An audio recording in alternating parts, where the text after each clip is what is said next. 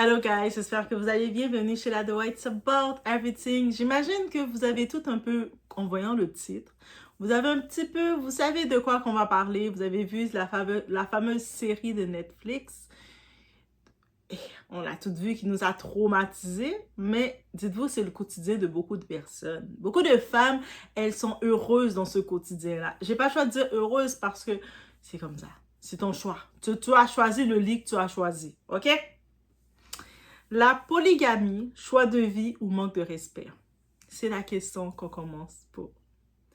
On va parler d'un sujet qui enflamme les réseaux sociaux, guys. Une publication est devenue virale après une femme qui a déclaré « La polygamie, mieux le jus de piment, devient mon savon intime. Courage à toutes celles qui acceptent ça. » Une phrase très simple. Donc, elle a dit qu'elle est mieux, tant qu'à avoir la polygamie, elle aime mieux prendre le jus de piment. On imagine le piment, c'est quoi? Le piment, tu as juste un petit bout de piment sur ton doigt et c'est fini. Mais elle a dit, elle aime mieux prendre du jus de piment pour son soin intime. Mais force à celles qui décident d'y être. Parce qu'il y a des femmes, eux autres, elles, l'amour avant tout, donc elles vont accepter. Ou des fois, on va l'imposer. Une phrase choc, oui, mais ça dit tout, cette phrase. Et on y va sur ce, on va regarder ensemble un petit peu plus l'idée de tout ça. Et c'est sur ce, n'hésitez pas là, dans les commentaires d'en parler. Parce qu'il y a des femmes, peut-être vous êtes dans une relation polygamique, peut-être consentie ou imposée, mais vous avez décidé de rester dedans parce que l'amour avant tout, le mariage avant tout. Si je quitte mon mari, qu'est-ce que les gens vont dire de moi? Et je vais me retrouver tout seul. Comment je vais pouvoir faire en 2026 comme femme seule? Mieux vaut prendre rester avec un homme, même si je sais que mon homme me trompe avec toutes les petites à côté, mais au moins, c'est mon homme. Même si quand il rentre à la maison avec des parfums différents qui ne sont pas les miens, mais c'est correct, c'est mon homme. Bref, on est chez la It's About Everything, on regarde le tout ensemble.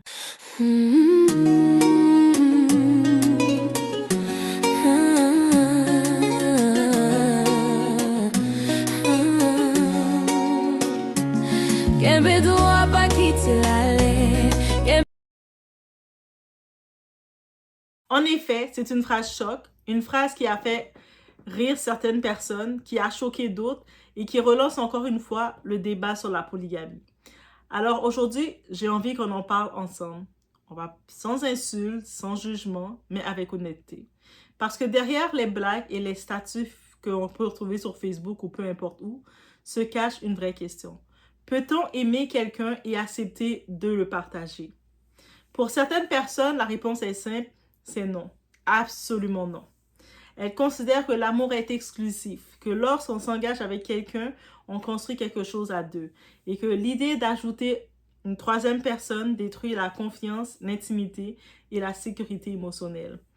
Pour ces personnes, la polygamie est incompatible avec leur vision du couple. Et c'est leur droit. Mais il existe aussi des personnes qui voient les choses autrement. Dans certaines cultures, certaines traditions, certaines religions, la polygamie existe depuis des siècles. Pour ces personnes, ce n'est pas forcément un manque de respect. C'est une manière différente d'organiser la vie familiale. Et même si beaucoup ne seraient pas capables de vivre cela, d'autres l'acceptent volontairement. La vraie question devient donc, qui sommes-nous pour imposer notre modèle aux autres? On n'est pas là pour imposer aucun modèle à personne. Mais c'est sûr qu'on regarde les conséquences d'eux, on le voit. Mais dans tous les cas, il peut y avoir des conséquences. Mais quand on voit une femme se retrouve dans son foyer avec un homme qui lui impose une polygamie, ok? C'est-à-dire, quand il impose une polygamie, c'est pas comme si c'était le régime, ils ont fait un régime polygamie, parce que ça, c'est différent. Si tu te maries avec un homme, tu sais, dans sa valeur, dans sa religion, dans le pays, il y a le choix polygame, et puis il dit, moi, je me marie avec toi sous le régime polygamique, ben, tu peux plus après faire l'innocente et, oh my God, il a pris une deuxième femme, et il a le droit. T'as accepté ça? Par contre, quand tu t'es marié monogame avec un homme, tu as commencé à bâtir ta vie avec cet homme-là, vous avez préparé vos projets à deux, Et là, tu te rends compte, tu regardes dans le compte commun, tu vois que ton argent diminue. C'est-à-dire, le type commence à prendre votre argent commun, l'argent que tu vas travailler, tu te lèves debout à 5h, 6h du matin pour aller travailler, tu t'occupes des enfants, tu fais tout. Et tu vois qu'il prend l'argent pour aller nourrir d'autres femmes. Je pense que c'est là le problème.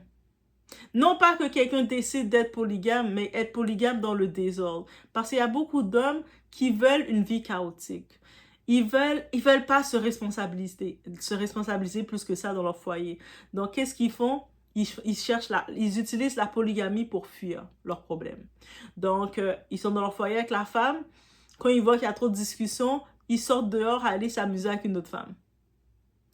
Et puis l'autre femme, si elle commencerait à créer des problèmes ou elle tombe enceinte peut-être, ça c'est un problème pour eux, ils vont aller chercher une autre femme encore. Ou ils vont juste aimer s'amuser avec plusieurs femmes parce qu'ils sont rendus dans une phase que, hey, avec l'argent que j'ai, je peux avoir beaucoup de femmes. Parce qu'il y a des hommes, quand ils étaient jeunes, ils ne pouvaient pas avoir l'attention de beaucoup de femmes. C'est quand ils ont commencé à travailler, à avoir de l'argent, qu'ils sont devenus importants dans les yeux de certaines femmes. Et ils ont l'attention de femmes qui ne les calculaient pas. Donc, ça s'est monté à leur tête. Ils sont obligés de fréquenter le plus de femmes possible. Ils sont rendus dans la phase qu'ils se sont indésirables. Ils se sont désirables, pardon, indésirables. Désirables plutôt. Donc, ils veulent fréquenter le plus de femmes, se faire des concours entre eux. Et ils aiment ça. Et pendant ce temps-là, il y a leur femme qui est à la maison qui souffre émotionnellement. Et puis, le plus triste dans tout ça, c'est elle souffre émotionnellement, mais physiquement, la souffrance peut venir. Parce que des fois, ces hommes-là, ils sont irresponsables aussi. Ils ne se protègent pas souvent. Des fois, ils vont avoir une relation avec Thérèse. Et derrière Thérèse, il y a Linda. Derrière Linda, il y a Isabelle. Derrière Isabelle, il y a Katia. Derrière Katia, il y a Sophie. Bref, il y a plusieurs femmes. Et chacune de ces femmes, elles ont aussi d'autres partenaires parce qu'elles savent que c'était pas fiable avec tel homme. Et elles ont des partenaires et ça crée quoi? Contamination. Et ces hommes-là, des fois, ils arrivent, ils contaminent leur femme à la maison. Aussi simple que ça. Et la femme se retrouve, quand elle fait son bilan, contaminée en larmes dévastée, honteuse aussi, avec toutes les humiliations, parce qu'elle est restée dans le foyer par ses valeurs, par des conditions sociales on a imposées à la femme. Que tu n'étais rien si tu n'étais pas mariée. Yo, je vous dis, et cette condition-là, c'est encore là, même dans la nouvelle génération. Quand je pense, il y a une collègue de ma classe qui a rendu à la fin de sa formation, elle a laissé tomber pour aller faire son mariage. Ok, c'est beau le mariage, tu vas te marier la fin de semaine, mais tu as ton projet final à présenter, girl. C'était pas important ton projet final? Tu as fait tous tes 2 ans de formation intense. Si ton mari t'aimait vraiment, ton futur mari t'aime vraiment, il va te dire, bébé, t'inquiète, on se marie samedi, mais vendredi, va faire ta présentation rapidement pour pas tout gâter. Mais ton mari, il croit tellement pas en toi. Et toi, tu te dis juste, mais de toute façon, je suis mariée, est-ce que j'ai besoin de continuer ma formation? Bref, mais c'est ça. Et ça, c'est le conditionnement de beaucoup de femmes de se dire, le mariage, c'est l'acheminement de tout. Donc, accepter une pratique ne signifie pas ignorer les réalités humaines qu'il y a derrière. Parce qu'au-delà de la théorie, il y a les émotions, la jalousie, la comparaison, le sentiment d'abandon, la peur de ne plus être suffisante et soyons honnêtes. Même dans les relations monogames, ces défis existent déjà. Alors maintenant, imaginez lorsqu'il faut partager l'attention, le temps et les ressources d'une personne avec plusieurs partenaires. Et souvent dans le cas polygame quand on parle, c'est souvent l'homme qui a le droit d'avoir plusieurs partenaires. Mais la femme, elle, c'est rare, très rare quand l'homme va accepter que la femme aussi, elle va avoir d'autres partenaires. T'inquiète chérie, pendant que toi, tu as une nouvelle femme, moi aussi j'ai un nouveau mari, j'ai un deuxième mari. Ils vont pas accepter.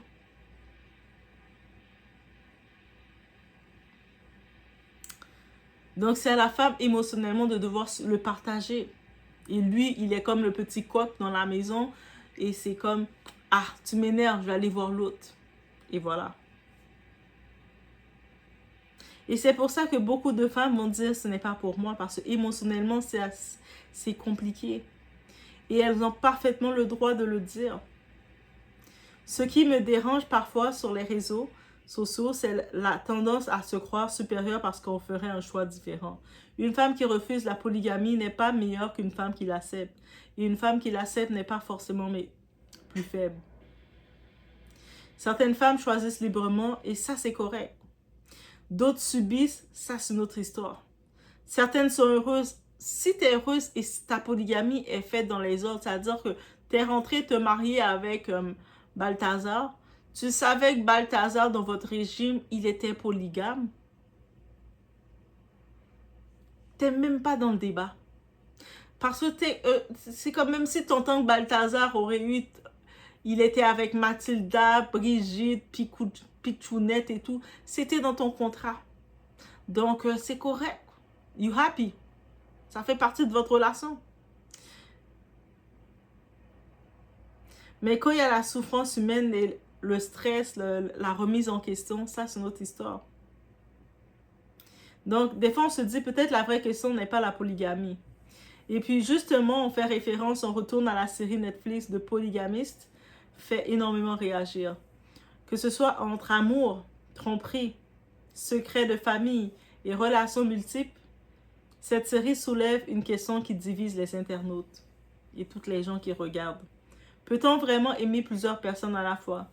La polygamie est-elle un choix de vie ou une source de souffrance? Les femmes de cette histoire sont-elles victimes, complices ou simplement amoureuses? Dans ce nouvel épisode, on revient sur les thèmes de cette série, sur les réactions qu'elle provoque partout. La série suit un certain Jonasi Gomorrah, c'est lui le polygame, on va dire. Il vit, et puis ce type-là, c'est un homme d'affaires, donc on imagine qu'il a de l'argent, donc il attire l'attention des femmes. Dans la double vie finit par provoquer scandale, trahison et conflit entre plusieurs femmes de son entourage. La série est adaptée d'un roman de Sue Nyati et met en scène plusieurs points de vue féminins autour de cette situation. La vraie question est, y a-t-il du respect? Y a-t-il de la transparence? Y a-t-il du consentement? Et y a-t-il de l'honnêteté? Parce que dès qu'il y a le consentement, chacun sont consentants de qu'est-ce qu'ils font, c'est correct. Ils sont d'accord. Il y a du respect. Tu respectes la santé de la personne. Ça fait partie du respect aussi. La transparence, l'honnêteté. Tu ne fais pas des games. Tout ça, c'est important. Parce qu'une relation monogame remplie de mensonges peut être bien plus destructrice qu'une relation où tout le monde connaît les règles dès le départ. Et c'est ça la différence. C'est la transparence, le respect. C'est dès que tu es dans le consentement, tu te mets dans une relation avec quelqu'un et puis la personne te dit dès le départ, tu sais quoi, moi, je suis polygame de nature, donc avec moi, j'ai besoin d'avoir plusieurs femmes en même temps pour me satisfaire. Si le type te dit ça dès le départ, peu importe que c'est un bel homme, peu importe qu'il a de l'argent, peu importe qu'il ait tout ce que t'aimes physiquement et tout, si toi, dans ton cœur, tu sais comme femme, même si on peut prendre de belles photos ensemble, ça va être compliqué de supporter ça. Va pas dedans dire je vais le changer. Tu vas rien changer. Tu vas rien changer. Si par contre tu sais que c'est correct, ça c'est un petit détail. Mais par contre, chérie, que tu vois plusieurs femmes en même temps, la seule chose que j'exige de toi, c'est que tu te protèges. Ou sinon, si tu ne te protèges pas quand tu as tes relations avec ces femmes-là, ben nous, on va toujours se protéger, utiliser nos protections. Parce que, voilà, je respecte assez mon corps. Ça, c'est une chose qu'il faut faire. Et beaucoup de femmes, elles ne le font pas. Donc, elles vont s'embarquer dans une relation sachant que l'homme, c'est un homme à femme, c'est un homme de nature qui a besoin de plus de femmes pour le satisfaire. Elles vont se livrer à cet homme-là et cet homme-là va se livrer à d'autres femmes qui vont aussi se livrer à lui et avoir la surprise. Ça aussi, il faut faire attention. Et ça, on n'en parle pas assez.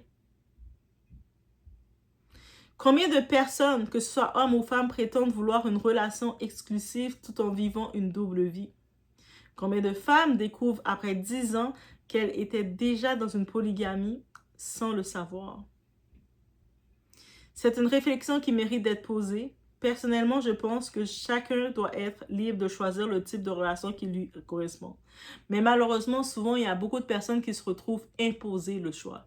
Donc, toi, tu es dans une relation avec Giorgio, n'est-ce pas?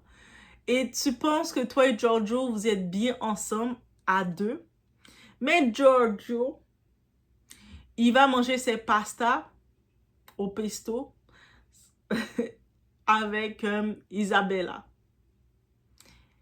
Et avec je ne sais trop qui. Et toi, tu le découvres. Pendant que toi, tu étais honnête et dans la relation, tu dis non, je suis droite à Giorgio. Mais Giorgio, il a Isabella dans son cœur, dans sa vie. Il a Mitsu, il a Dalida, il a toutes les autres dans sa vie aussi. Parce que son cœur, il a trop d'amour à donner Giorgio. Mais c'est un problème. Vous pensez pas que c'est un problème? Mais par contre, si Giorgio vient, il annonce, il dit, ah, tu sais, moi, étant Giorgio que je suis, j'ai tellement d'amour à donner. Je fais un restaurant même pour offrir l'amour que je veux donner. Ben là, tu es consciente que si tu décides d'embarquer avec lui, t'es pas stressé, tu es consciente. Et là, tu peux appliquer les règles selon ton consentement que tu as décidé de prendre. Mais personne ne devrait être forcé d'accepter quelque chose qui va contre ses valeurs. L'amour ne devrait jamais être une prison, ni un sacrifice permanent de soi-même. Il y a beaucoup qui confondent ça.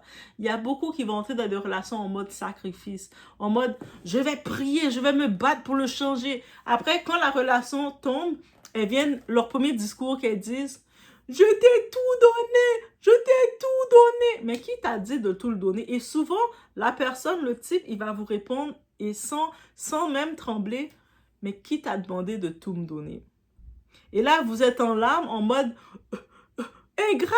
Mais c'est pas qu'il est ingrat, mais qui t'a demandé de tout... Il t'a pas demandé de tout le donner. Donc, toi, tu as voulu tout le donner parce que tu te sentais trop... Tu voulais tout le donner.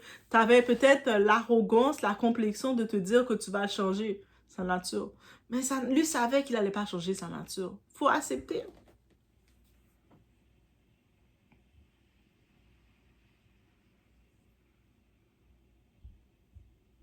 Donc, c'est comme ça. L'amour ne devrait jamais être une prison pour personne, ni un sacrifice permanent de soi-même. Alors, la question est simple. Et vous, pourriez-vous accepter la polygamie? Est-ce un choix personnel respectable ou une pratique que vous refusez totalement? Ou tracez-vous la ligne entre liberté, respect et engagement? N'hésitez pas à partager vos commentaires sur ça. Et en même temps de respecter chacun. Donc, c'est possible que l'autre va dire que moi, c'est correct, la polygamie, qu'on s'est faite dans l'ordre. Parce qu'il y a la polygamie qui est faite dans l'ordre. Et puis, il y en a qui ont des témoignages positifs à dire selon ceux qui sont capables de supporter dans cette polygamie. Mais quand c'est fait imposer dans le désordre, c'est là qu'il y a les traumas et c'est compliqué. Quand c'est fait avec les mensonges, le manque de transparence, un petit peu ça devient même l'arnaque sentimentale, comme quelqu'un, l'homme vient vers toi pour profiter de tes ressources et tout, et puis en plus il voit d'autres. Là, c'est plus vraiment de l'amour, c'est du profit. Donc, c'était la discussion qu'on pouvait avoir ensemble, guys. J'ai hâte de vous lire. N'hésitez pas. Et si vous avez des témoignages même à faire, n'hésitez pas d'en parler. OK? Moi et Giorgio, on va vous lire.